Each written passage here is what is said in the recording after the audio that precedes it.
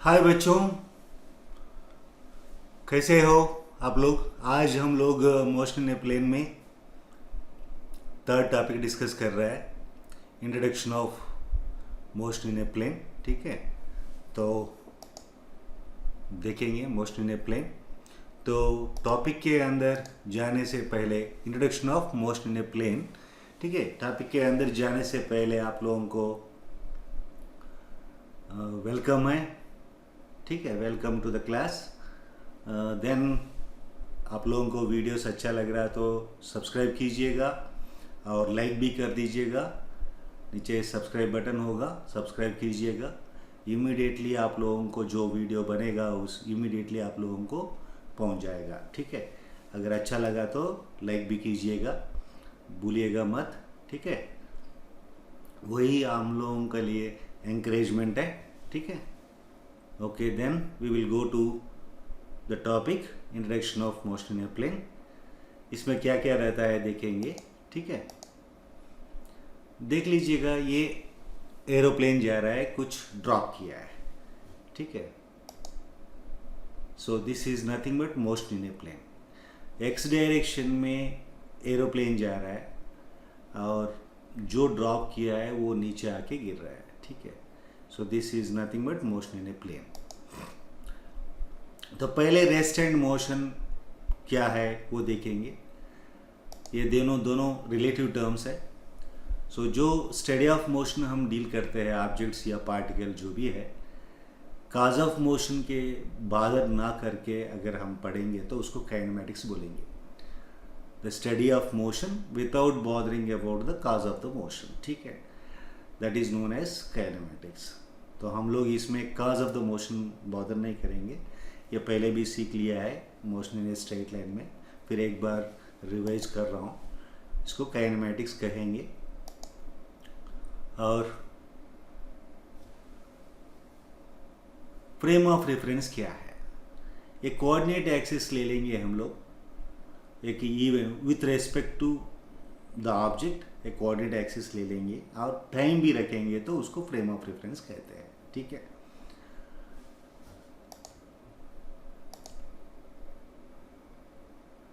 So rest and motion are relative terms with respect to frame of reference. ठीक है, अगर हम लोग बस में जा रहा है, विद रेस्पेक्ट टू बस हम रेस्ट में है, with respect to earth we are in motion. ठीक है, तो इसीलिए rest and motion are relative terms. ठीक है, अभी ये ट्रेन है, रेस्ट में है, with respect to ground it is not moving. ठीक है,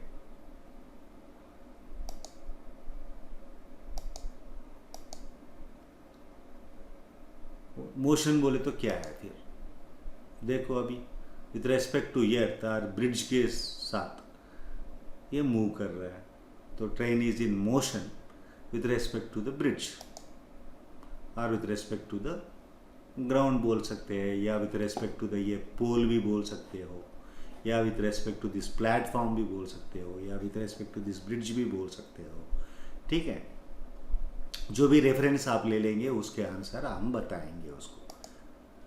ठीक है, सो इसका मतलब क्या है, this is the train is changing the position with respect to time and this point of reference. ठीक है, ब्रिज के अनुसार टाइम के अनुसार ये चले जा रहा है, तो चेंज ऑफ पोजिशन बोलते हैं उसको of an object with respect to time and point of reference या frame of reference. How many types of motions are there, कितने मोशंस टाइप्स है, कितने टाइप का मोशन है।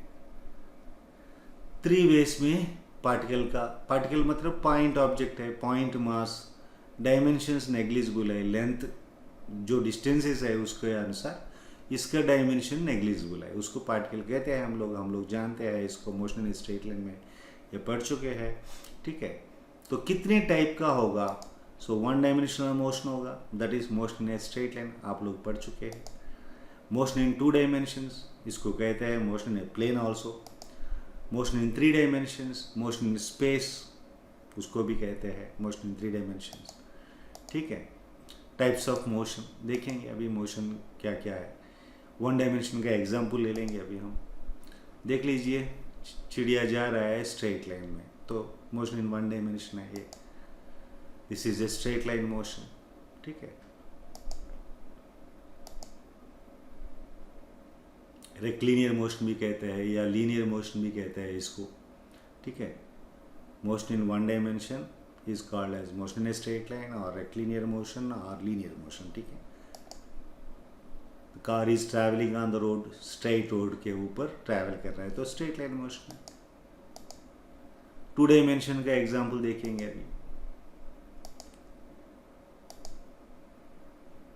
अभी इससे हम लोग इसको फेंक रहे हैं, ठीक है, ये ऐसा ट्रैवल कर रहा है, this is known as motion in a plane, ठीक है। Motion in two dimension also,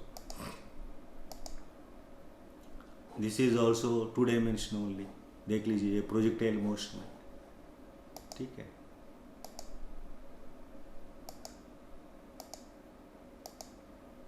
और cockroach moving on a floor, देख लीजिएगा ये इधर भी जा रहा है इधर भी जा रहा है, इसी फ्लोर के ऊपर ही ट्रैवल कर रहा है, इसका मतलब मोशन इन टू डायमेंशन। लेकिन ये स्ट्रेट जा रहा है, ये स्ट्रेट जा रहा है तो ये वन डायमेंशनल मोशन होगा, ध्यान में रख लीजिए बेटा।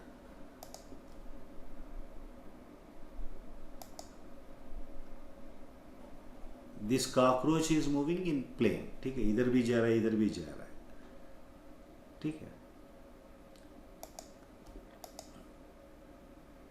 मोशन इन थ्री डायमेंशन,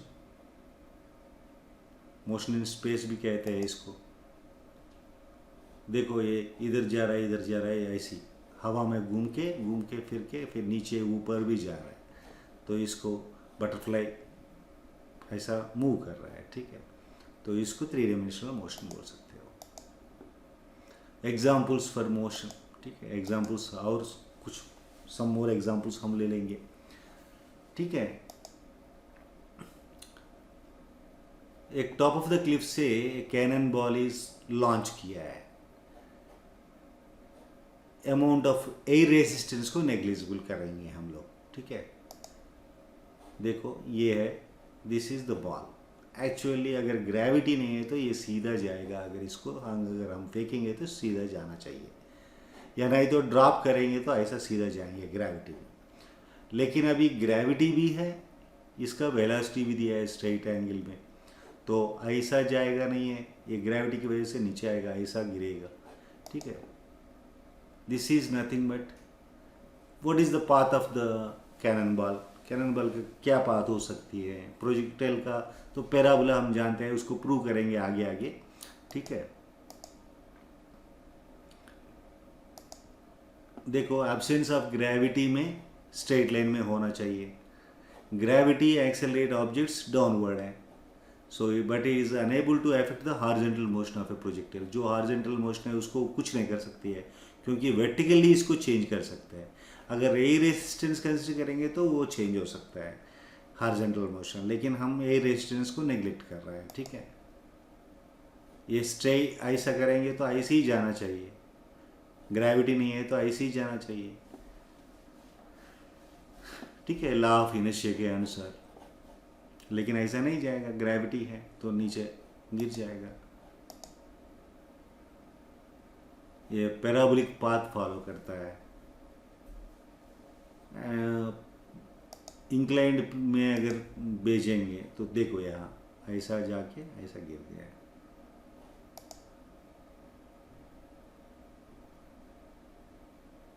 तो वेलोसिटी यहाँ वर्टिकल मोशन में भी वेलोसिटी रहेगा, हॉरिजॉन्टल मोशन में वेलोसिटी कांस्टेंट रहेगा क्योंकि एक्सेलरेशन नहीं है, तो देखेंगे अभी।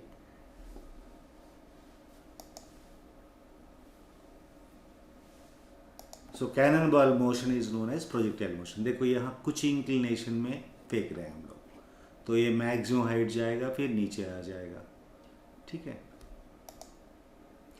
नाउ पोजीशन एंड डिस्प्लेसमेंट हम डिस्कस करेंगे मोशन इन ए प्लेन में। Position of an object is described by its position vector R. Position vector R कैसे लिखेंगे हम लोग, एक्स आई प्लस वाई जे, ठीक है। ये पोजीशन ये है, ये पोजीशन बी है, यहाँ से ये इनिशियल वेक्टर है पोजीशन वेक्टर, ये पोजीशन वेक्टर है, फाइनल पोजीशन का पोजीशन वेक्टर है ये, तो this is known as change in its position. ये से बीच ट्रैवल किया है, ये पाथ ऑफ द पार्टिकल है, ऐसा गया है पाथ, ठीक है, तो दिस इज पोजीशन वेक्टर है, change in its position vector, ठीक है। डिस्प्लेसमेंट अभी क्या है, displacement is straight line distance from the initial to the final point, तो वही है basically motion in straight line में डेफिनेशन यहाँ भी, लेकिन यहाँ हम लोग क्या करेंगे, change in its position vector, so R F minus R I, वहाँ डेल्टा एक्स लिखा तो एक्स एफ माइनस एक्स आई लिखा था, यहाँ delta R is equal to, लेकिन ये वेक्टर है, ये भी वेक्टर है, ये वेक्टर सब्ट्रैक्शन, ये ध्यान में रख लीजिए बेटा आप लोग, ठीक है। अब एवरेज वेलोसिटी कैसे लिखेंगे, V average is nothing but delta are by delta T, this is a vector, remember this. The direction of the average velocity is the direction of the displacement vector, जो displacement vector का direction है, suppose ये to ये B है, तो ये delta R one का direction of B at ये, ठीक है। ये टेंज एक्चुअली अगर इसको छोटा छोटा करके जाएंगे तो ये टेंजेंशियली आ जाएगा, लेकिन जब एवरेज करेंगे तो ये पोजीशन में देखेंगे तो this is the velocity direction, ठीक है। Average velocity continued, so points is independent of the path taken, ठीक है, पाथ के ऊपर डिपेंडेंट नहीं करता है average velocity, only depends, average velocity हम जानते हैं depend displacement, change in displacement per unit time बोलते हैं, so displacement doesn't depend on path also, initial point and final point के ऊपर ही डिपेंड करता है, स्ट्रेट लाइन डिस्टेंस होता है। अगर मान लो एक पॉइंट से शुरू करके फिर वही पॉइंट को अगर आ गया तो displacement is zero, so average velocity भी जीरो हो जाएगा, ठीक है। इंस्टेंटेनियस वेलोसिटी, तो limit approaches delta T approaches to zero, so limit delta T approaches to zero delta are by delta t, that is nothing but d r by D t, v is equal to, this is instantaneous velocity, nothing but path का tangent is the direction of the velocity at that point. The direction of the instantaneous velocity vector at any point in a particle's path is along a line tangent to the path at that point and in the direction of the motion, ठीक है। tangent होगा direction of the motion path, direction of motion के direction में होगा, ठीक है। magnitude of instantaneous velocity vector is the speed, instantaneous speed ही है, ठीक है। average acceleration, change in velocity by change in time interval, ये average, so change in velocity बोले तो वी एफ माइनस, सो लेकिन यहाँ हम लोग जो लिख रहे हैं ये वेक्टर्स है, वन डायमेंशनल मोशन में we didn't used vectorial notation, here we are using vectorial notation, so subtraction will be vector subtraction, ये ध्यान में रख लीजिए बेटा आप लोग, ठीक है। देख लीजिए यहाँ एवरेज एक्सेलरेशन, यहाँ आर आई है, ये आर एफ है, यहाँ वेलोसिटी का डायरेक्शन ये है, सो वेलोसिटी इनिशियल डायरेक्शन है ये, वेलोसिटी फाइनल ये है, सो वेलोसिटी फाइनल यहाँ ले लिया हम लोग, माइनस वी आई है डेल्टा वी, सो ये माइनस वी आई ले लिया, सो ये डेल्टा वी हो गया, ठीक है, this is delta we, so the direction of acceleration will be in this direction, not in this direction, not in this direction, directed along delta we, ठीक है। या वी आई ऐसा लिख दिया, वी एफ ऐसा लिख दिया, सो डेल्टा वी ऐसा लिख सकते हैं, ठीक है। V I plus delta v is v f, so delta v is equal to v f minus v i, so ऐसा भी लिख सकते हो, नहीं तो v f minus v i लेके भी कर सकते हो, ठीक है। दिस इज ट्रायंगल लॉ है, इसको v F is equal to delta v plus v i, so delta v is equal to v f minus v i, so ऐसा भी ड्रा कर सकते हो, ऐसा भी ड्रा कर सकते हो, ठीक है। नाउ इंस्टेंटेनियस एक्सेलरेशन क्या है, limit delta T approaches to zero, that's all, delta V by delta T, limit delta T approaches to zero, that is D V by D T. यहाँ भी देख लो ये वेक्टर है, ध्यान में रख लो बेटा, various change in a particle's motion में produce an acceleration, the magnitude of the velocity vector में चेंज, एक्सेलरेशन कैसे होगा, वेक्टर का मैग्नीट्यूड चेंज होगा तो भी होगा, या direction of the velocity vector में चेंज इसकी वजह से होगा, या बोथ में चेंज साइमल्टेनियसली। अगर magnitude remains constant also, direction अगर चेंज हो रहा तो एक्सेलरेशन होगा, ओनली डायरेक्शन चेंज नहीं हो रहा है, ओनली मैग्नीट्यूड चेंज हो रहा है, तब भी एक्सेलरेशन रहेगा, या ये दोनों रहेंगे तो भी एक्सेलरेशन प्रोड्यूस होगा। ठीक है, कैसा एक्सेलरेशन प्रोड्यूस होगा, दीज आर द काजेस। ठीक है, तो सेकंड वाले के लिए एग्जाम्पल है यूनिफॉर्म सर्कुलर मोशन, फर्स्ट वाले के लिए एग्जाम्पल है मोशन इन स्ट्रेट लाइन। दोनों मिलके अगर तो नॉन यूनिफॉर्म सर्कुलर मोशन ये भी है, होता है। ठीक है, kinematic equations for to dimensional motion. ठीक है, टू डायमेंशनल मोशन में इक्वेशन ऑफ काइनेमैटिक्स कैसे होगा, जो डेवलप किया है हम लोग मोशन इन स्ट्रेट लाइन में, वो यहाँ भी अप्लीकेबल है, लेकिन इसमें हम क्या चेंजेस करेंगे देखेंगे। ठीक है, वहाँ क्या है, यहाँ r is equal to x I plus Y j लिखना पड़ेगा आपको। D r by D t बोले तो d x by D t i plus d y by D t j, d x by D t बोले तो velocity in x direction, d y by D t बोले तो velocity in Y direction, so that is v x I plus v by j. See here v is equal to U plus A T जो formula है वो यहाँ भी applicable है, लेकिन यहाँ वेक्टर है, V F vector is equal to V I vector plus A bar T, और V F bar is equal to V I bar plus A bar T, so vectorial equation is applicable. ठीक है, ये ध्यान में रख लीजिए बेटा। देखो, the velocity vector can be represented by its components. Velocity vector को क्या करेंगे, V x I V Y I. Similarly V F को भी we F V X F V Y F. So V F is generally not along the direction of इधर V I और A T, ये भी ध्यान में रख लीजिए बेटा। वी आई ए है, ए टी ए है, so final velocity is in this direction. Triangle applicable है वेक्टोरियल नोटेशन में। ठीक है, स्केलर से मल्टीप्लाई करेंगे तो भी ये वेक्टर ही बन जाएगा। ठीक है, तो ये एक्स टी है इन एक्स डायरेक्शन, सिमिलरली ये वाई डायरेक्शन में ये है। So you can take the components also, remember. So इसको, इस इक्वेशन को आगे मैं बता दूंगा आप लोगों को कैसे करेंगे। ठीक है, पहले ये position vector S is equal to U T plus half A T square, same form में यहाँ X is equal to X naught plus U T plus half A T square लिखा था, यहाँ वेक्टोरियल नोटेशन में भी ये applicable है। ठीक है, initial position vector is R I, V I T displacement resulting from V I T uniform velocity, then half A T the displacement resulting from half A T square. ठीक है, ये this indicates the position vector is the sum of three other vectors, R I V I T half A T square. ठीक है, the vector representation of the position vector. ठीक है, ये vector representation R F is generally not in the same direction as V I. ठीक है, R F and V F are generally not in the same direction, R F and velocity भी same direction में generally नहीं होगा। ठीक है,